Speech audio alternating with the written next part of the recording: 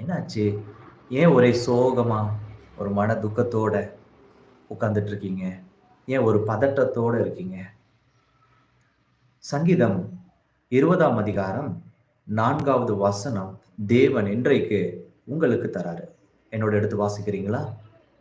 4வது அதிகாரம் சொல்லுது, அவர் உமது மன விருப்பத்தின்படி உமக்கு தந்தருளி, உமது ஆலோசனைகளை எல்லாம் நிறைவேற்றுவாராக என்று எழுதப்பட்டிருக்கிறது. ஹல்லேலூயா! ஆமென் என்று சொல்லுங்க. ஆமா. இன்றைக்கு தேவன் உங்களுடைய சூழ்நிலையை பார்க்கிறார்.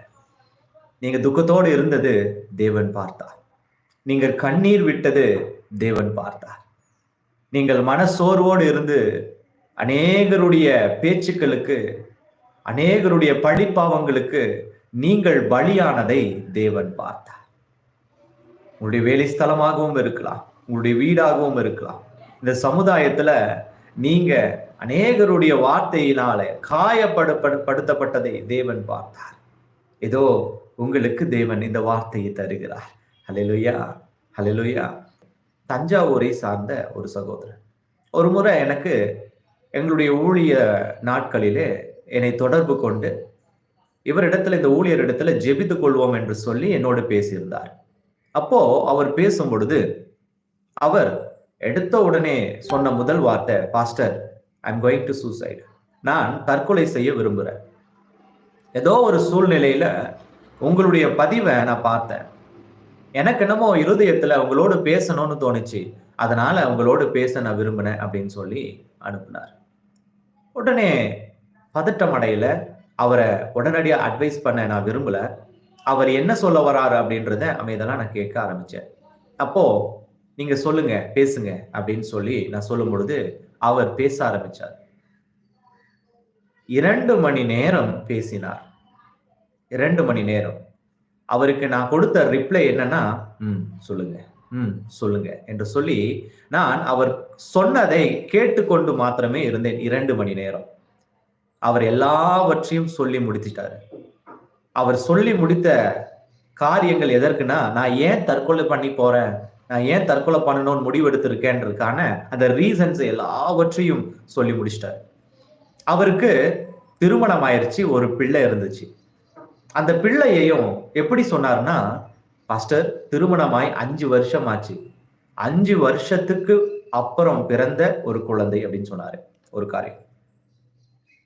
2வது காரியம், எனக்கு சுகர் இருந்துச்சு, சுகர். அதனால அந்த 2 வருடங்களுக்கு மேலாக குழந்தை இல்லைன்னு என் குடும்பத்துல என்ன அவமரியாதையா பேசினாங்க.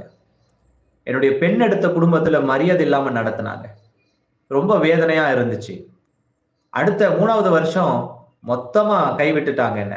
4வது வருஷம் என் மனைவியே என்னை மதிக்காமல் நடந்தார்கள். என் மனைவியே என்னை மதிக்கல. எனக்கு சுகர் இருக்கிறதுனால தான் என்னால குழந்தை பெத்துக்க முடியலன்ற முடிவுக்கு வந்துட்டாங்க. 4வது வருஷம் என் மனைவி என்னை ரொம்ப மோசமா ட்ரீட் பண்ணா. அந்த அன்பு இல்லாமல் போயிடுச்சு. 5வது வருஷம் எனக்கே தெரியாம நான் ஆண்டவரிடத்துல அழுதேன் பாஸ்டர். அந்த 4வது வருஷத்தின் கடைசியில நான் அழுத, ஆண்டவரே, இந்த துக்கத்தை எனக்கு களிப்பாக மாற்ற மாட்டீரா என்று சொல்லி அழுத. ஆண்டவர் எனக்கு 5வது வருஷத்துல எனக்கு ஒரு குழந்தையை கொடுத்தார், பெண் குழந்தையை கொடுத்தார் என்று சொன்னார்.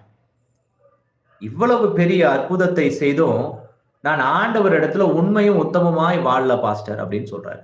சொல்லிட்டு எனக்கு தோல்விதான் மிஞ்சினது. பழைய காரியங்களுக்கு போற எனக்கு தோல்விதான் மிஞ்சினது, அவமானம் தான் மிஞ்சினது.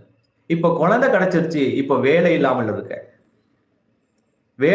இருக்க. அதனால இந்த ஃப்ரஸ்ட்ரேஷனால நான் செத்துடலான்னு முடிவு பண்ணிட்டேன். 2 மணி நேரம் கழிச்சு அவர்கிட்ட நான் கேட்டேன், நான் பேசலாமா பிரதர், உங்களோட பேசலாமா அப்படின்னு சொன்னேன். சொல்லுங்க பாஸ்டர், என்ன விஷயம் சொல்லுங்க. இப்போ அவர் இடத்துல சொன்ன ஒரு வசனத்தை காட்டி கொடுத்து, சங்கீதம் 20ஆம் அதிகாரம் 4வது வசனத்தை பிரதர் நீங்க கொஞ்சம் வாசிக்கிறீங்களா அப்படின்னு சொன்னேன். அவரு பைபிள் இல்ல பாஸ்டர், நான் மொபைல்ல இருந்து வாசிக்கட்டுமான்னு கேட்டாங்க. பரவாயில்ல, மொபைல்ல இருந்து வாசிங்கன்னு சொல்லும் பொழுது இந்த வசனத்தை வாசித்தார். இந்த வசனம் என்ன தெரியுமா சொல்லுது? மறுபடியும் படிக்கட்டுமா? அவர் உமது மன விருப்பத்தின்படி உமக்கு தந்தருளி, உமது ஆலோசனைகளை எல்லாம் நிறைவேற்றுவாராக என்று எழுதியிருக்கு பிரதர் அப்படின்னு சொன்னேன்.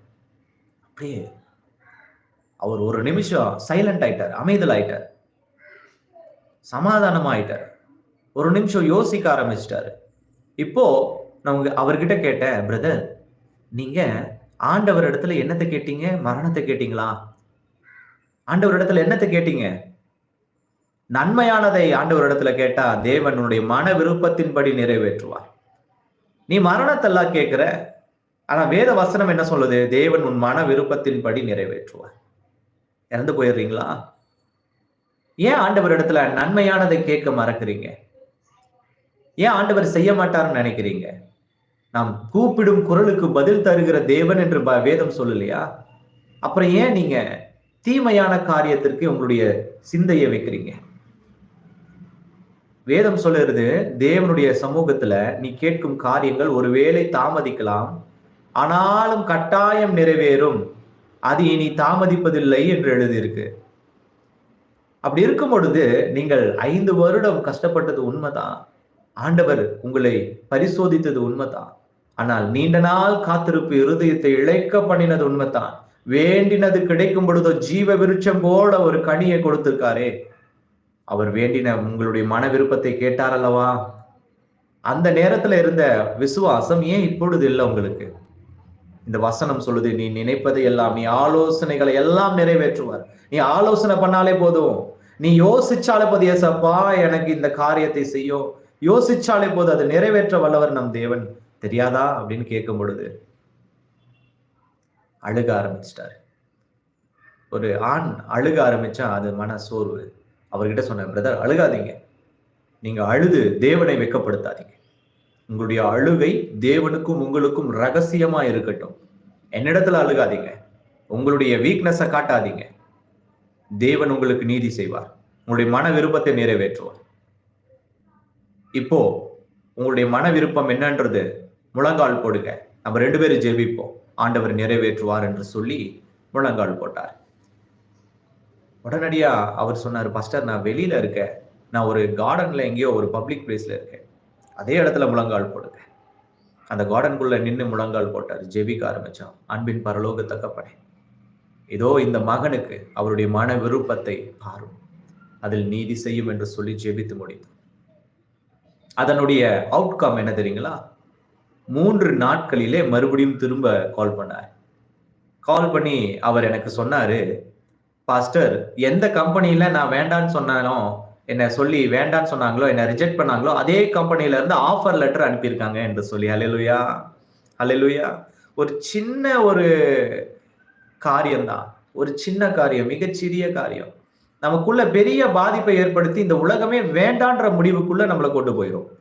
அந்த நொடி பொழுது நாம ஆண்டவருடைய பிரசன்னத்துல இருந்து தானே தப்பிச்சிருவோம், அந்த வலையிலிருந்து, இல்லை என்றால் மாட்டிக்கொள்வோம். இன்றைக்கும் என் அன்பு சகோதர சகோதரியே, சோகத்தோடு இருந்த அந்த சோகத்தையும் துக்கத்தையும் எடுத்து போடு, உடனடியா தேவனிடத்துல உங்களை ஒப்பு கொடுங்க. இப்போ ஒப்பு கொடுங்க.